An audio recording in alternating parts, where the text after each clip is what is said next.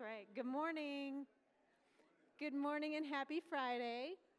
I'm so glad to see all these great faces this morning. We've got a baby and a puppy, so this is the best ever. Winnie is here this morning. She lives here. My name is Phyllis Newbill. I am the Associate Director of Educational Networks in one of the two centers, or several centers within ICAT. We are online this morning and filming online or videoing online, so my sound is sometimes with me. Can you hear me? Okay, good. Just know that this will exist online, so our friends who are watching online, good morning. I'm glad you're here as well. There's the camera. I'm glad you're here as well. Please do sign in on our clipboard. We'll pass that around one more time. That the signing on paper gets us donuts. So very important work. I'm going to switch to this other mic for good measure.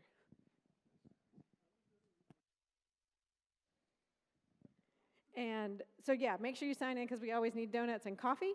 If PDN credit is useful to you as a faculty member, make sure that you also click on that or use the QR code and just make eye contact with me at some point and make sure that I know you're here so that you can get your 100% this morning. We have T-shirts available. ICAT T-shirts are here this morning, so they're swag. Enjoy. Make sure you stop by the table there and grab one of those before you go. This morning, I'm so happy to have Eric Stanley back with us. Eric is a professor here at Virginia Tech, and I love his work so much. I'm going to let him tell you all about it because there's nothing that I can say about that you all won't get from it from looking at it, because that is the beauty of it. So I'm going to hand it off to Eric, and thank you for being here.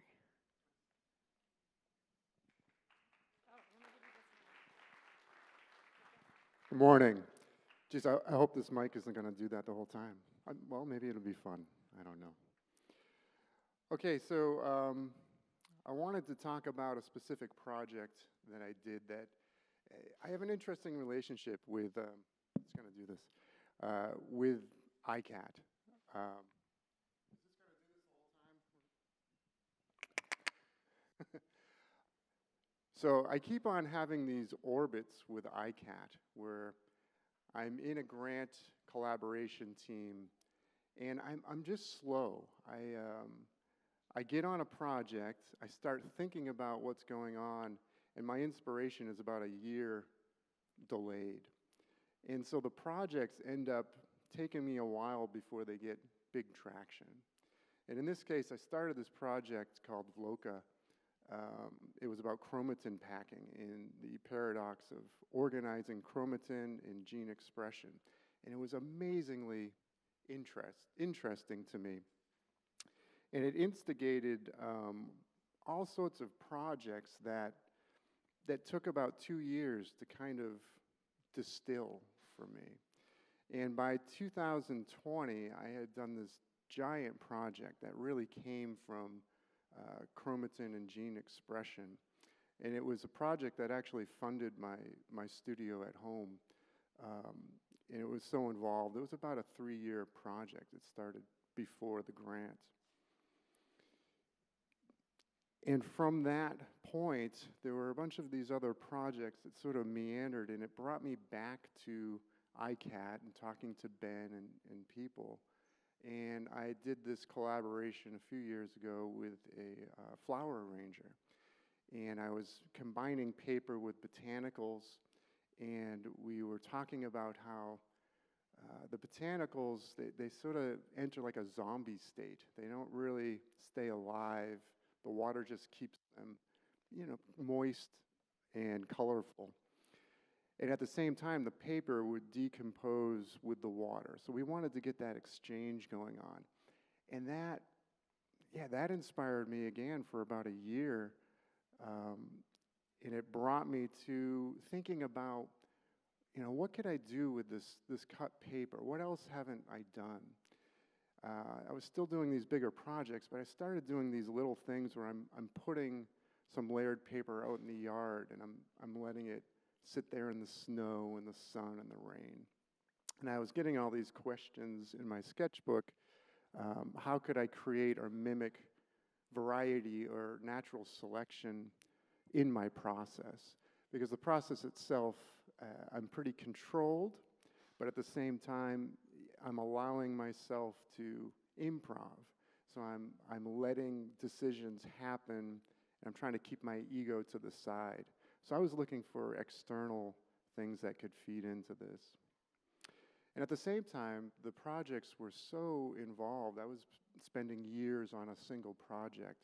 I wanted to figure out how could I make something where I could have more frequent risks and do compositions without conceptual attachment to a single composition, and to kind of vacate the composition from some kind of thought process to get the patterns, and have that concept be overreaching.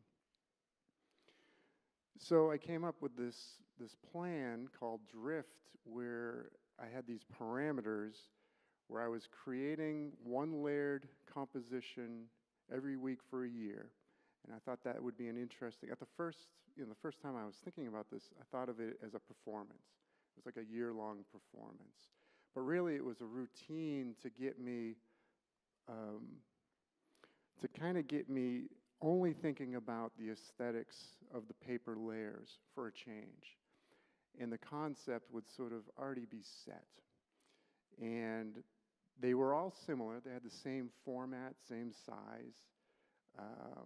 But I gave myself these conditions, and I wasn't sure what they were to begin with.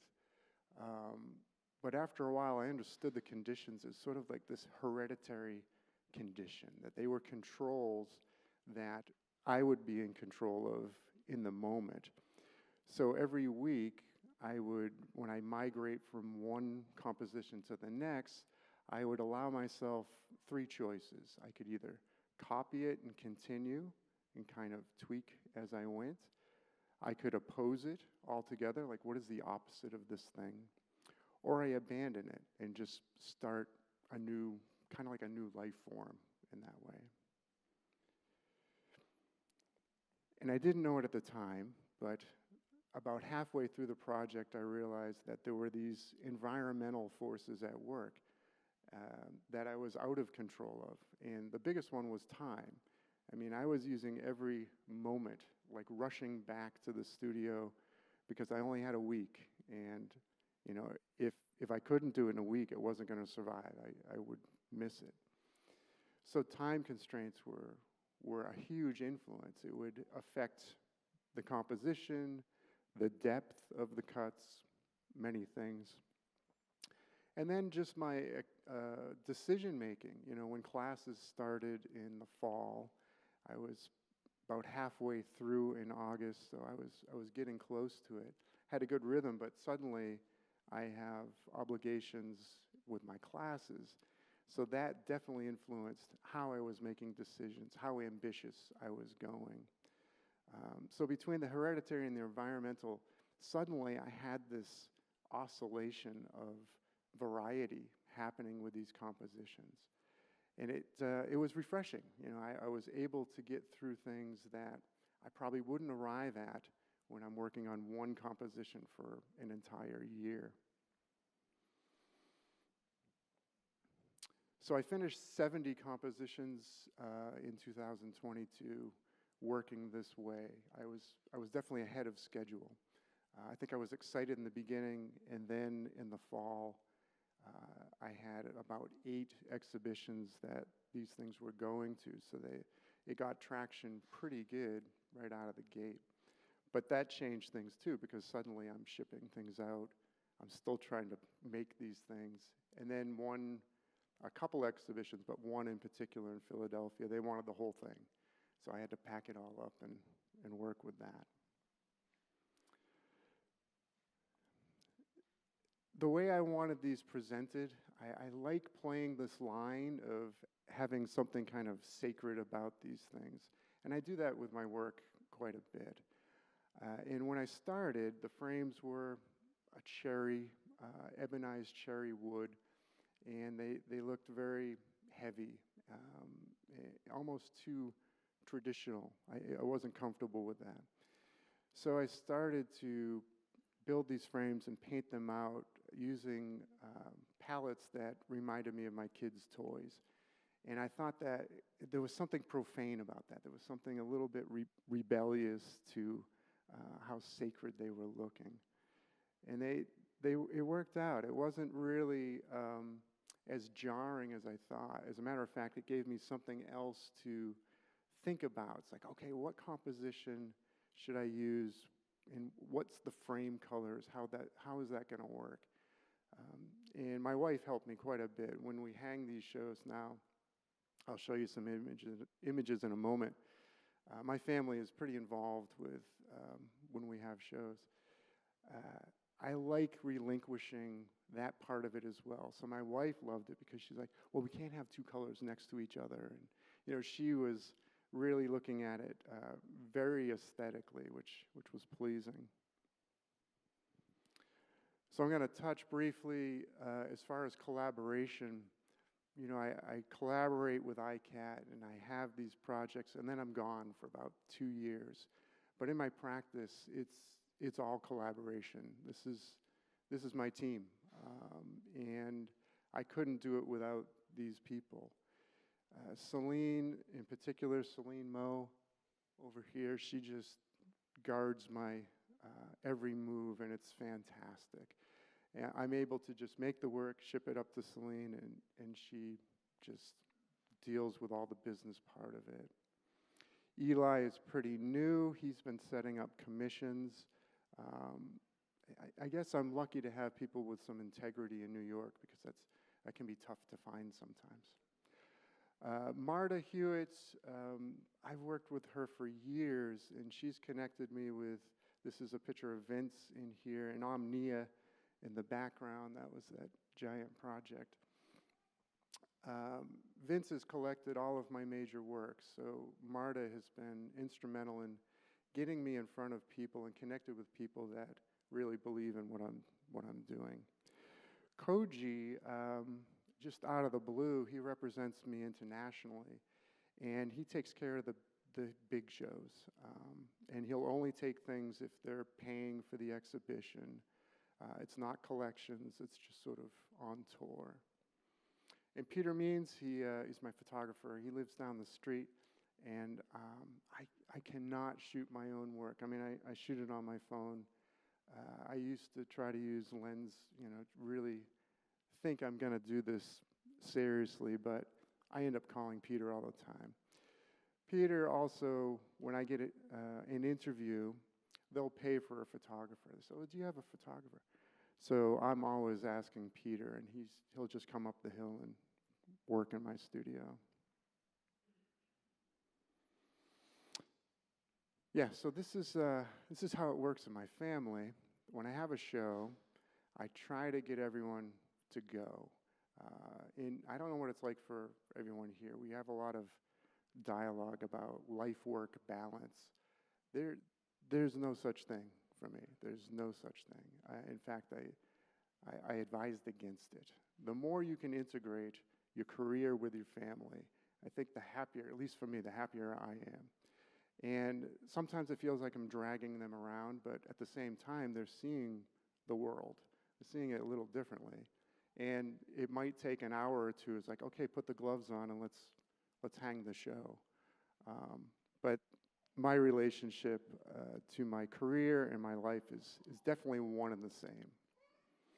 And the Drift Project was great because they really were able to get involved and choose their favorites, hang them a certain way. I sort of let them do all of that. Okay, that's the Drift Project. If you have any questions, please let me know. This is my schedule coming up in the future.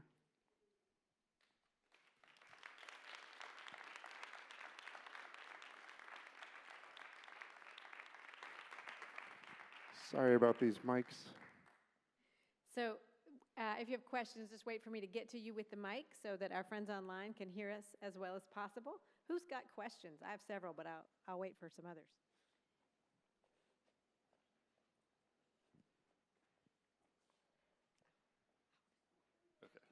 Hey, hi Eric. Good morning. I really enjoy the work and the way that you're talking about moving to your next piece week by week, and you're talking about these three ways of either copy,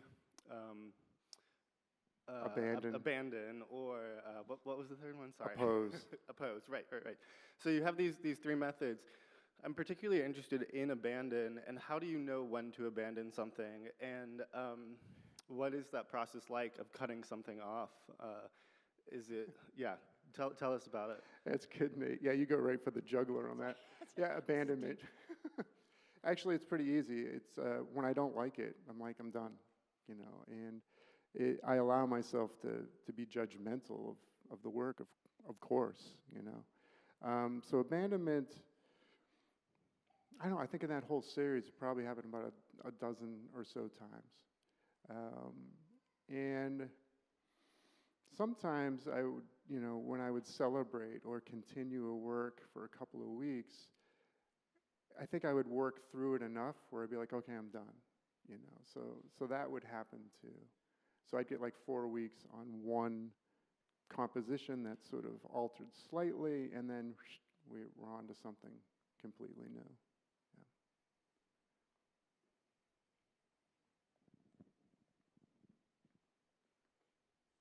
Yeah. Thank you. Really fascinating work.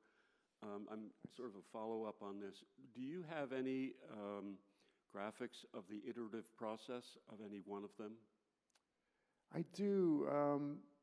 I think sometimes I just think they're boring though, because it's just like a laser moving or a pile of paper. I try. The reason I ask is I'm wondering if we could have access to what your criteria are in terms of I like it, I don't like it.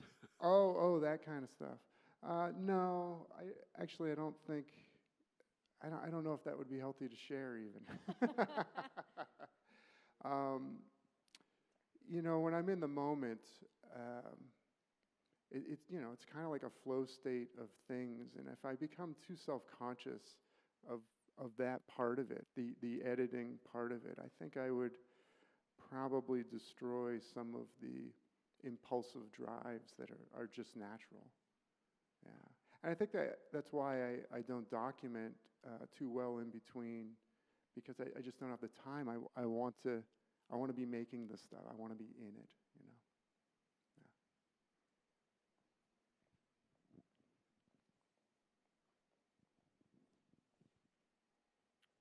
Hi, I thought it was really interesting, the sort of like biological kind of tie-in there. And I was just wondering, like, were you looking at it just from week to week? Like, were you only looking at your most recent work in order to decide on the next one? Or was it like you're looking back over a series or something like that?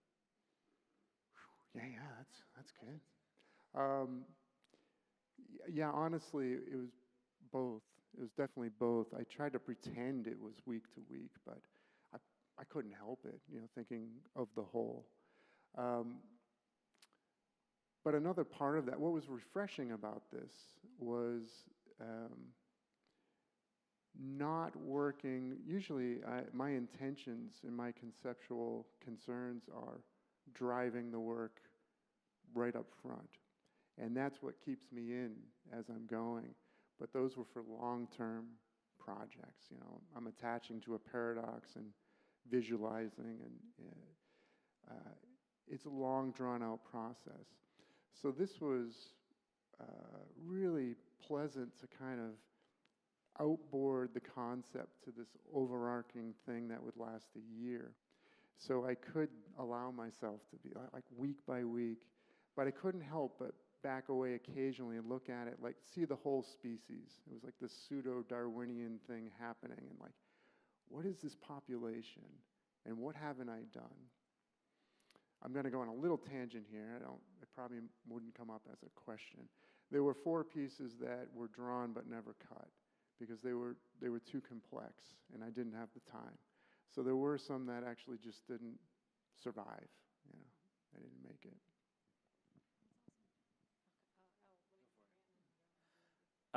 So your invoking of Darwin again, reminds me also of the flower arrangement pieces where you were talking about the water decomposing the paper. And I'm wondering if you could reflect or share more on like how you see chance playing a role in the work, like because they seem so controlled in the final product, but then of course you're drawing them, so they come from an organic source, which is you.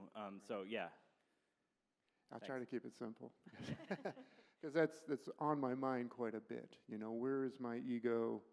Where is a collective conscious and archetype and so forth? But from these projects, when I was working with the botanicals and collaborating with flower arrangements, the water was that crazy element that was going to change everything. And that's when I started putting things outside my studio and in the yard now. Like my son has to like mow around these paper pieces that are decomposing. And so trying to strategically bring in that outside environmental influence was kind of tricky. But then I realized, well, just allowing myself to be temperamental from day to day. Kevin and I were just talking about drinking. I don't know where Kevin is. You know, it's like, oh, you know, when you're training, he's training to run, and alcohol in your life, even in a tiny bit when you're an athlete, can affect, you know, days of influence. So I started thinking about, what I eat, what I consume will affect this project in particular. So there were outside things that I became aware of that were, I never thought about before. I love this. I was teaching my class this week about evolutionary processes and chance and choice. I really appreciate Grant's question about chance. One of the things that I thought about with this presentation is how you seem to like almost artificially like push down on the gas pedal. Like you were moving at a rate that's, I wonder if it was uncomfortable. Like you were making decisions so much faster than you've had to make them before, and it maybe went from being like a cerebral process to being like just a physical process of making and deciding and choosing and moving forward. Yeah. And I wonder if getting into that rhythm was satisfying or if it felt grueling. It started off great. You know? By August especially, because now my family wants to go on vacation, I'm like, well, I got to bring my computer, and you know, it's like I was figuring out how I could maintain this while I'm on the road even. And then by September, when shows started popping up, it was grueling, but that was part of the point. It was definitely a big motivating factor. How can I take my conceptual, the cerebral part of that, and have it override a population of work? And I needed that. I needed to take bigger risks because the way it was working, and I have to tell you, now I'm back on the big projects again. But how it works is while I'm working on these large-scale projects for larger durations, which is a luxury. You know, I talk to my students about this all the time. I get to work on a project for a year, and they get it busted out in like a week or two. It's a different way of thinking. But I needed that. I needed to move quickly, and it was super fun. But by the end of it, I had so many notes on bigger thoughts that could carry a work for another year, and vice versa. When I'm working on a big project for so long, my sketchbook is filling up. I'm like way ahead of myself with other ideas that are accumulating. I don't know if I answered that, but. Oh, you hold it. Okay. Hey. Eric, hey. Great presentation. Just wanted to ask or invite you maybe to share a little bit about what some of your critics say about the work. I mean, no great artist is without their critic or detractor. Love them. Yeah. Yeah, I just got back from CNU, the Targler Museum. It is fantastic. They've really got something going on over there. And they're sort of in the middle of accepting digital practice in their sculpture program and so forth. And I thought that was interesting. I'm like, oh, everything. How can you not have a screen involved with your work? So most of at least the critics that are negative for me, and not even negative, I think they just pointed out that using tools of industry and the glamour of technology is all you got. And I think that's pretty short-sighted, obviously. But I also enjoy it because for me, these things would not exist without this technology. They just would not exist without living in this moment. And the lasers that we have here, the lasers I have in my studio, that kind of capability, I like the idea that it's so forward-thinking that it could only happen now. And even with the equipment we have, for me, I treat the laser like a piano. It's like you don't just roll up and start making compositions. You work at it, you practice, you sort of do these things. So it's truly like an instrument to me. And I've actually been cutting paper with laser for about 20 years now, which is ridiculous. But there's so much more for me to do, and I feel like I'm getting my chops. So when I hear the criticism, like, well, if it were hand cut, that would be fantastic. And I'm like, well, if it were hand cut, it wouldn't look like this at all. Right. You know? So that influence for me, and we could get into an AI conversation pretty easily here, but I'm able to be closer to my work with this technology. And, you know, the human soul is there. It's in these concepts. It's in the decisions of how these patterns work and how it goes together. So I like talking with the critics, you know, who are anti-technology and paper cutting field. Thanks, Les. So you've used the term architecture a few times throughout this presentation, and I can definitely see the very built sort of architectural quality of your work.